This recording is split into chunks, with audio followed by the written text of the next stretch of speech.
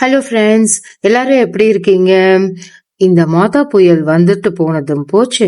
எங்க வீட்ல எல்லாருக்கும் சளி, ஃபீவருங்க. எந்த சளி மருந்தையும் நம்பி கூட குடிக்க முடியலங்க. அதனாலதான் எங்க அம்மாவோட வீட்டு கை வைத்தியத்துக்கே குதிச்சிட்டேன். ஆமாங்க, இந்த வெத்தலை வச்சுதான் ஒரு ரசம் பண்ணேன். இந்த ரசத்தை வெத்தலை வச்சு நான் பண்ற மாதிரி நீங்க பண்ணி வீட்டுல குழந்தைங்களுக்கும் ஃபேமிலியில எல்லாருக்கும் கொடுத்தீங்கன்னா சளி அடியோட ஓடி போயிடுங்க. ஃபீவர் ஒரே நல்ல ஒரு வேலையோட ஓடி போயிடும். அங்க ஃப்ரெண்ட்ஸ், ரெசிபிக்குள்ள போலாம். நான் இந்த ரசம் பண்றதுக்கு எங்க வீட்டு தோட்டத்துல இருந்த வெத்தலையே ஒரு 20 கிட்ட எடுத்துக்கிட்டேங்க.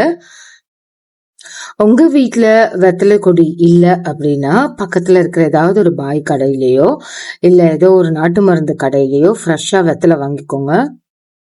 பிச்சு வெத்தலையெல்லாம் நல்லா வாஷ் பண்ணி எடுத்து வச்சுக்கோங்க.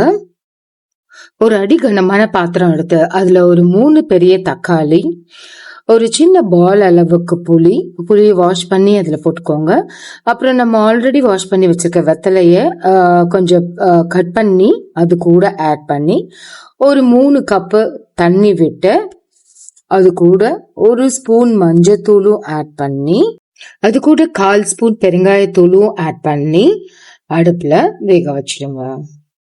இது ஒரு சைடு வெந்துட்டு இருக்கும் போது ஒரு சின்ன குக்கர்ல 2 கை அளவுக்கு பாசி பருப்பை ஆட் பண்ணிட்டு அதுக்கு நல்லா கழுவி எடுத்துட்டு அது கூட ஒரு 1.5 கப்பு தண்ணி விட்டு 1/2 ஸ்பூன் மஞ்சத்தூள் போட்டு 1/4 ஸ்பூன் பெருங்காயம் போட்டு அதையும் விசில் போட்டு குக்கரை அடுப்புல வச்சிருங்க. பருப்பு வச்ச குக்கர் 2 விசில் வந்த உடனே அதை ஆஃப் பண்ணிட்டு ஒரு 5 நிமிஷம் கழிச்சு அந்த பருப்பை நல்லா ஒரு கரண்டி போட்டு லைட்டா மசிச்சு எடுத்து வச்சிருங்க. நம்ம இப்போ தக்காளி வெத்தலை எல்லாம் வேக வச்சோம் இல்லையா, அதுவுமே இப்ப நல்லா வெந்துருச்சு. சோ அதையும் அடுப்பை ஆஃப் பண்ணிட்டு ஒரு 5 நிமிஷம் ஆற விடுங்க. அப்புறம் ஒரு மிக்சி ஜார்ல 1 ஸ்பூன் ஜீரகம், 2 ஸ்பூன் மிளகு, 1 ஸ்பூன் வால்மிளகு, ஒரு 6 to 7 பூண்டு பல்லும் ஆட் பண்ணிக்கோங்க. இத மிக்சியில நல்லா அரைச்சு எடுத்து வச்சுக்கோங்க. அப்புறம் இந்த ஆற வச்ச தக்காளி மிக்ஸை எடுத்து நல்லா பிசைஞ்சு விட்டுக்கோங்க.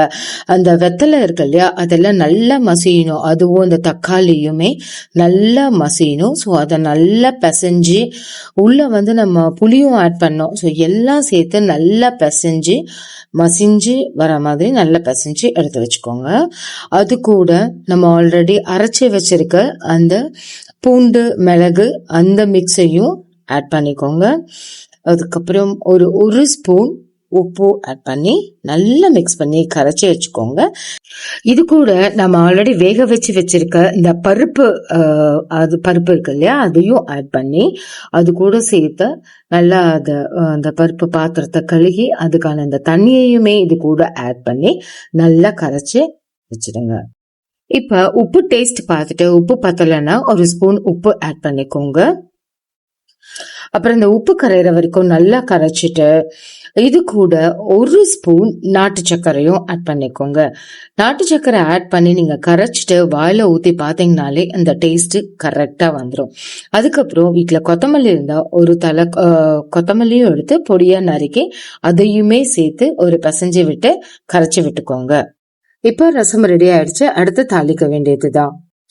ஒரு கடாயில எண்ணெய் விட்டு கடுகு, ஜீரகம், காஞ்ச மிளகாய், கருவேப்பிலை ஆட் பண்ணி அது எல்லாமே பொரிஞ்சதுக்கு அப்புறம் நம்ம ஆல்ரெடி கரைச்சி வச்சிருக்க அந்த ரசத்தை உள்ள எடுத்து ஊத்தணும். அப்புறம் ஒரு மூடி போட்டு மூடி வச்சிருங்க. ஒரு 5 நிமிஷம் ஆனதுக்கு அப்புறம் அந்த நுரை நல்லா கூடி வரும்போது அந்த மூடி ஓபன் பண்ணி எடுத்துட்டு அது கூட ஒரு பச்சை வெத்தலைய அப்படியே ஆட் பண்ணுங்க. ரசம் கொதி வந்தோன்னு வெத்தலைய ஆட் பண்ணும் போது அந்த வெத்தலையில இருக்க அந்த சாறு அதுல ஊறி நல்லா அதுக்குள்ள இறங்கும்.